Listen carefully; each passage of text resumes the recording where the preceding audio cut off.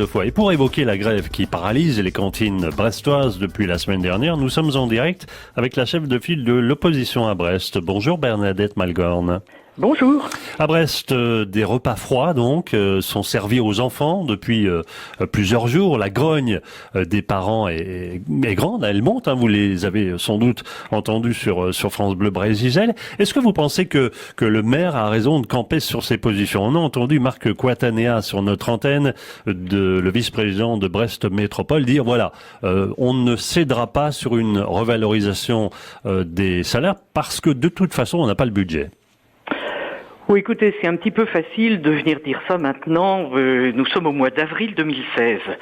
Nous avons alerté la municipalité dès les vacances, dès le mois d'août précisément 2015, quand nous avons fait le bilan de notre participation dans les conseils d'école et que nous nous sommes aperçus qu'il y avait subrepticement, c'est-à-dire sans avoir prévenu, à la fois une baisse des budgets des écoles, moins 13%, et en même temps une modification des règles pour les ATSEM, donc les agents de service des écoles maternelles, qui ne permettaient plus d'assurer un service le mercredi matin et qui ne permettaient plus non plus de faire des remplacements pour des absences de moins de 15 jours, ça a été ramené à 8 jours. Bon, on a saisi le maire, Cuyandre, au mois d'août.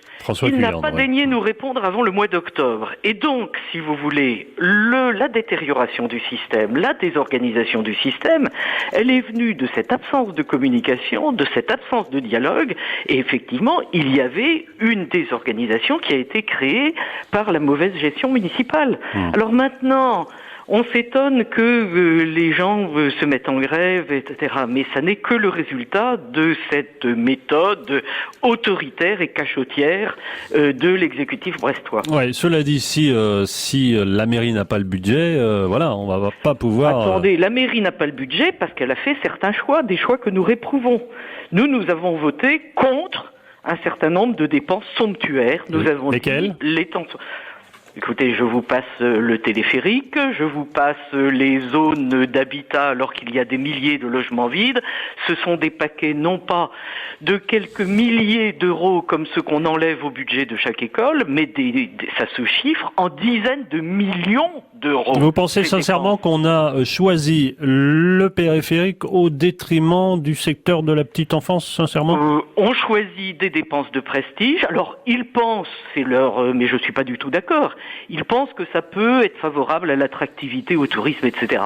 Mais si vous voulez, Brest a des handicaps, il faut le reconnaître. On est éloigné des grands centres de dynamisme économique. On a perdu des emplois. Bon, il y a des atouts, et notamment la qualité de la vie, et notamment des services en direction de l'enfance, qui étaient plutôt de bonne qualité. On a vu comment, pour la jeunesse, il y avait eu des coups de rabot mal placés avec les organismes d'éducation populaire. Nous nous sommes élevés contre ça, et maintenant on s'attaque à la petite enfance. Pour nous, c'était une priorité. Nous avions prévu de faire des économies sur autre chose. Si vous voulez, vous parler du téléphérique, mais en dehors du fait que, soi-disant, c'est gratuit, d'après Cuyandre, parce que c'est subventionné par François Cuyandre, ouais. Voilà, le maire de Brest. Voilà. Mais ensuite, chaque année, ça va coûter en fonctionnement. De même que tout ce qu'on met en route, toutes ces nouvelles zones d'habitat, il y a des voiries, des réseaux, etc. Qu'est-ce que vous dites, Bernadette Malgorn, aux agents qui vous écoutent ce matin? Continuez de faire grève, et qu'est-ce que vous répondez aux parents qui, eux, sont inquiets, parce que ça pose de gros problèmes à certains parents? Ça pose de très gros problèmes. Ça pose déjà des problèmes depuis la rentrée 2015-2016, depuis le mois de septembre 2015. Qu'est-ce que vous leur dites? Et nous, ce que nous disons, non pas aux parents et non pas au personnel, qui eux sont dans une situation de dépendance, nous disons à la municipalité, engagez un vrai dialogue, écoutez ce que vous disent et les personnels et les parents, et ne restez pas sur une situation bloquée. Vous avez eu trop l'habitude d'avoir des syndicats courroie de transmission, d'avoir des associations dont vous pensiez qu'elles allaient toujours suivre votre politique parce que c'était vos amis politiques. Mais à un moment donné, il y a la réalité de la vie, il y a les difficultés des familles, et c'est ça qu'il faut prendre en considération, quels que soient les sentiments, les sensibilités des uns et des autres. Nous n'en tenons pas compte.